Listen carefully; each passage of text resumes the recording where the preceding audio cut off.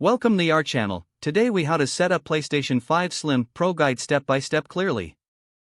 Begin by unboxing your PlayStation 5 Slim. Carefully remove the console from the packaging. Place the console on a flat and stable surface.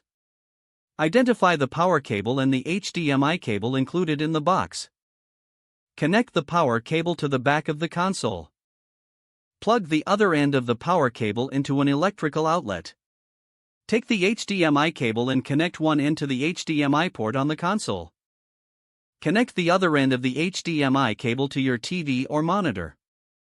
Next, press the power button located on the front of the console. Wait for the console to boot up and display the initial setup screen. Select your preferred language from the options provided. Follow the on-screen instructions to connect to your Wi-Fi network. Enter your Wi-Fi password if prompted, then confirm the connection. Once connected, the console will check for system updates. If an update is available, allow it to download and install. After the update, you will be prompted to sign in to your PlayStation Network account.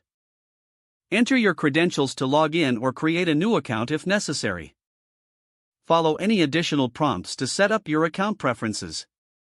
Now, you can customize settings such as parental controls and privacy options. You may choose to set up a new user profile at this stage. Once you've completed the setup, navigate to the main menu. Insert a game disc or download a game from the PlayStation Store. Finally, enjoy your gaming experience on your new PlayStation 5 Slim. If the page does not load, refresh the browser or try again in a private or incognito window. Make sure you are using the correct email address, then retype it carefully to avoid small typos. If your password is not accepted, use the reset option and create a new strong password you can remember. Check your spam folder for verification or security emails, then complete any requested confirmation steps. Enable two-factor authentication if available to improve account security and reduce unauthorized access risk. Don't forget to like this video and subscribe to our channel for more step-by-step tech guides.